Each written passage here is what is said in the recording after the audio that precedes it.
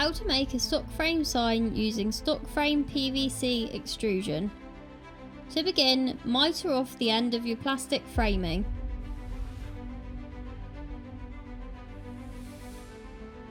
Measure the framing to the correct length from the mitred end.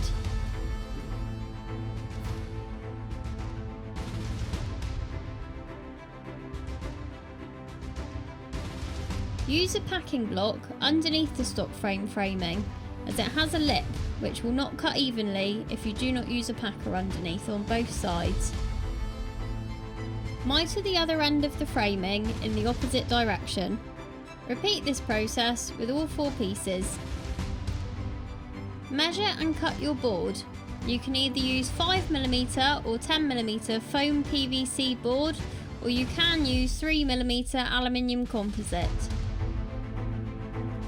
If using 5 or 10mm PVC, you can use the 5 to 10mm return Stockframe, as it has an integral break-off point to cover the edge of your board. If using aluminium composite, you will need to use the 3mm return Stockframe, which has a 3mm return to cover the edge of the board. After cleaning your board, remove the pre-applied tape from the Stockframe PVC, ready to assemble.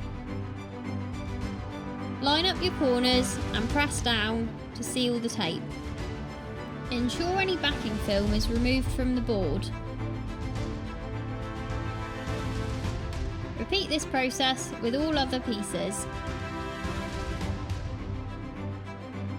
For the last corner, it's best to not firmly apply the meeting edges before making sure the corners are aligned.